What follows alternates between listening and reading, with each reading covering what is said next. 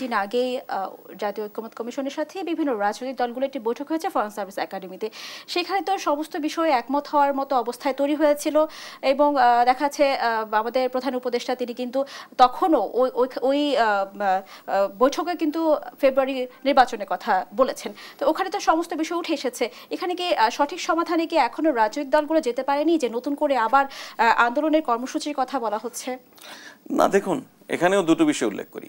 প্রথম কথা হচ্ছে যে ফরেন সার্ভিস একাডেমিতে যে বৈঠকটি অনুষ্ঠিত হয়েছে, যেখানে মাননীয় প্রধান উপদেষ্টা নিজে উপস্থিত ছিলেন, সেখানে নির্বাচন নিয়ে কারোর মধ্যে কোনো সন্দেহ সংশয় বা কেউ নির্বাচন পিছিয়ে দেওয়া আগিয়ে দেওয়ার বিষয়ে কোনো বিষয়। কিন্তু আমি এখানে আরেকটু বলতে চাই, সেটি হচ্ছে এখন যে এই যে যুগপৎ আন্দোলনের যে দাবিগুলো, সেই দাবিগুলো কিন্তু বৈঠকের আগেও ছিল। ওটা হ্যাঁ, তো ওই আলোচনা থেকেই যে আপনার যদি সবকিছু ওই দিনই সমাধান হয়ে যেত বা সবগুলি দল ওই দিনই যদি ঐক্যমত হতো, তাহলে তো আর এই কমিশনের মেয়াদও আর বৃদ্ধি করা লাগতো না। ইতিমধ্যে আপনি জানেন যে কমিশনের মেয়াদও 1 মাসের মতো বৃদ্ধি করা হয়েছে।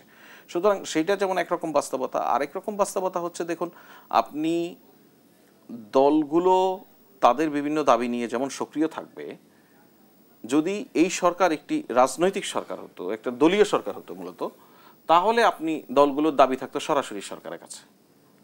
এখন কিন্তু আপনি স্টেক হোল্ডার কারা? সরকারের তো বারবারই বক্তব্য আপনারা রাজনৈতিক দলগুলি আলোচনা করে যে জায়গাটা ঐক্যমত্যের মধ্যে পৌঁছাতে পারবেন, সেই জায়গাটা নিয়ে আমরা নির্বাচনের দিকে যাচ্ছি, সেই জায়গায় কোনো অসুবিধা নেই। সুতরাং আপনার এই কর্মসূচি ঘোষণার মধ্য দিয়ে আমাদের টেবিলের আলোচনা যে ভেস্তে যাচ্ছে, এরকম কোনো বাস্তবতা তৈরি হয়নি। ওই আলোচনাকে কেউ প্রত্যাখ্যান করেনি। কিন্তু আলোচনাকে সন্তুষ্ট না বলেই কি আন্দোলন যাচ্ছে? টু সাম এক্সটেন্ট হতে পারে। সন্তুষ্টি কি? সন্তুষ্টির ব্যাপার হচ্ছে আপনার এক ধরনের চাওয়া আছে আমার কাছে, আবার আমার কাছে ভাইয়ের আরেক ধরনের চাওয়া আছে। এই তিনটা চাওয়াকে তো আমরা অ্যাডজাস্ট করতে হবে। আপনার চাওয়ার পুরোপুরি আমার পক্ষে হয়তো দেওয়া সম্ভব নয়, ভাই আমার কাছ থেকে যেভাবে চায় তাকে আমার পক্ষে দেওয়া সম্ভব নয়। আমরা এই জায়গায় একটা ব্যালেন্স করব। এর বাইরে আমি আরেকটা বিষয় আপনাকে বলি যে আমাদের মিডিয়াতে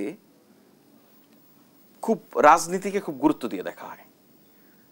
এখন এই আন্দোলনের কর্মসূচিকে যেই পরিমাণ গুরুত্ব দিয়ে দেখা হচ্ছে, বিশ্বাস করুন যে আওয়ামী লীগের বিরুদ্ধে যখন বিভিন্ন কর্মসূচি হয়েছে, গণমাধ্যমগুলিতে এই আলোচনাগুলি এত গুরুত্ব পায়নি।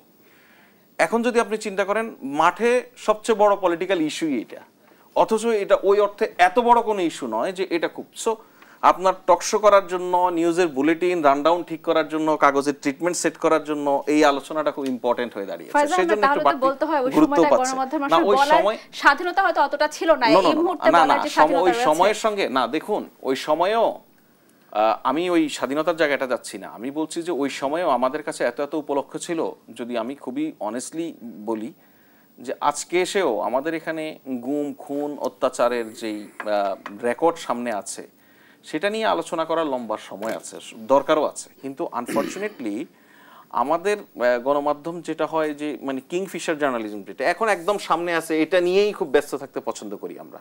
এই জন্য এটা একটা বড় ইস্যু, এক এক সময় এক একটা ইস্যু। এটা আপনার বা আমার দোষ না, আমাদের এই জায়গায় ট্রেন্ড হয়ে গেছে। তাই সেই কারণে আমরা এই রাজনৈতিক বা যুগপৎ কর্মসূচিকে যেই পরিমাণ গুরুত্ব দিয়ে বিবেচনা করছি গণমাধ্যমের দিক থেকে, এটা আমার মনে হয় না ঠিক এখনো এত গুরুত্ব পাওয়ার মতো জায়গায় পৌঁছেছে। কারণ একই সঙ্গে আলোচনা হচ্ছে, দলগুলি খুব সফট কর্মসূচি দিয়েছে, তারা কর্মসূচি পালন করবে, এটা আমারই কিছু নয় তো।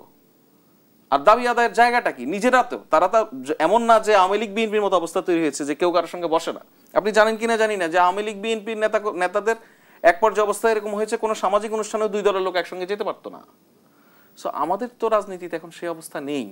বাংলাদেশের রাজনৈতিক পরিমণ্ডলে সৌহার্দ্যপূর্ণ পরিবেশের বিবেচনা যদি করেন, আপনি ইতিহাসের সবচেয়ে সুন্দর জায়গায় আমরা আছি। সে জায়গায় আমি বিশ্বাস করি মাঠে ময়দানে নানান রকম কর্মসূচি থাকবে, কিন্তু এটার ফেইথ নির্ধারিত হবে ওই জাতীয় ঐক্যমত্য কমিশনের মধ্য দিয়ে।